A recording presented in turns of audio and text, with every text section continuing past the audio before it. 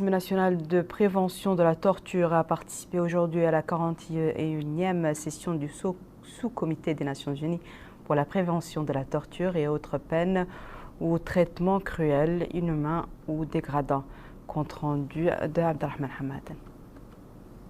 La 41e session ordinaire du sous-comité des Nations Unies pour la prévention contre la torture s'est tenue aujourd'hui par visioconférence et le mécanisme national de prévention de la torture y a participé pour discuter avec ses homologues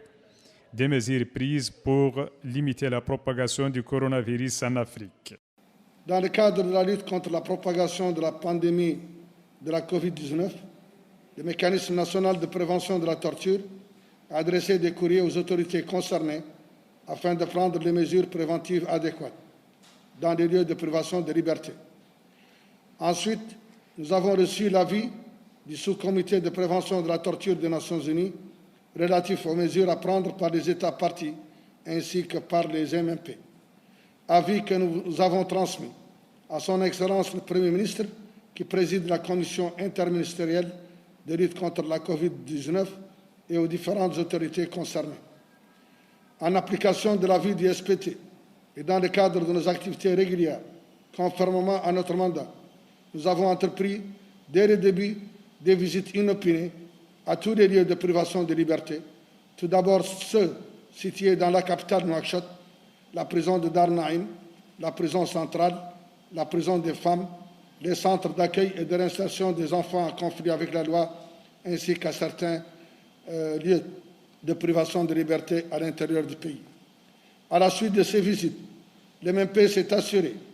que les mesures adéquates ont été prises, notamment l'usage des produits antiseptiques et détergents,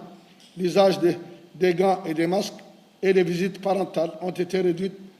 dans un premier temps à la moitié et ensuite supprimées totalement avec le consentement des détenus afin d'éviter la contagion extérieure.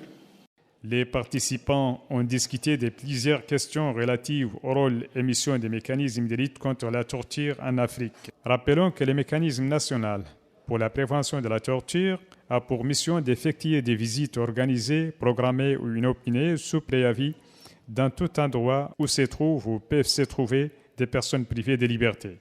Il s'agit donc de s'enquérir de leurs conditions de détention et de s'assurer qu'ils n'ont pas été soumis à la torture ou à toute autre peine ou traitement dégradant ou inhumain, et c'est conformément aux règles de procédure interne du mécanisme.